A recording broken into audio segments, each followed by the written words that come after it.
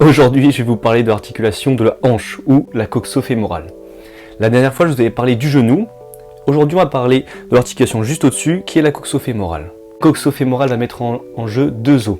Le premier, ça va être la tête fémorale avec le fémur, et de l'autre côté, le cotyle ou anciennement l'acétabulum, du coup de l'os de la hanche, qui vont venir s'emboîter. On dit que c'est une articulation sphéroïde parce que en fait, la tête fémorale est assez ronde. Et du coup, avec le cotyle, ils vont pouvoir avoir des gros mouvements de rotation, mais pas que. Justement, des mouvements qui vont être assez importants, dans de grandes amplitudes et dans différents plans. Pour faire simple, on va retrouver plusieurs mouvements. Des mouvements de rotation interne et externe de la hanche. Donc, on aura le fémur qui aura une capacité à rentrer vers l'intérieur ou vers l'extérieur.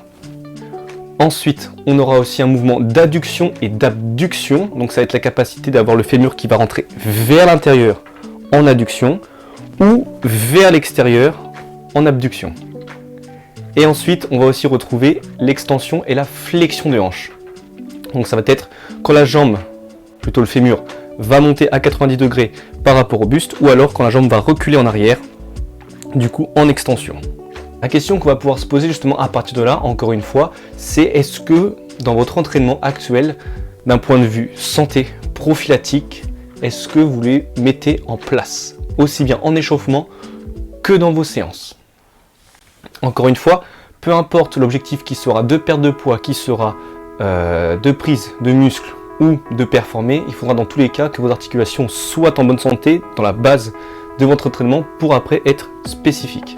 J'ai quand même mentionné différents mouvements pour la coxo-fémorale qui vont forcément être liés à différents muscles. On va retrouver le psoas, on va retrouver tout ce qui va être fessier, donc moyen, petit, grand fessier, les adducteurs, donc il y aura aussi des muscles abducteurs avec le tenseur et le tractus iliotibial sur le côté.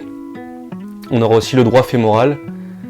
Il y a vraiment beaucoup de choses avec cette hanche, justement. Plus il y aura de mouvements, plus il y aura de muscles mis en jeu, et plus il y aura un équilibre justement entre chaque muscle opposé qu'il faudra respecter. Il faudra bien faire attention de renforcer de manière homogène et de manière complète chaque muscle.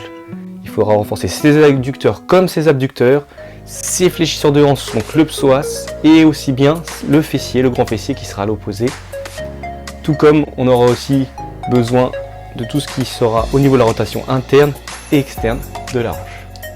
Donc si jamais tu as des douleurs à la hanche ou alors tu te sens limité, n'hésite pas à m'envoyer un message et à rejoindre mon groupe privé pour qu'on puisse en discuter.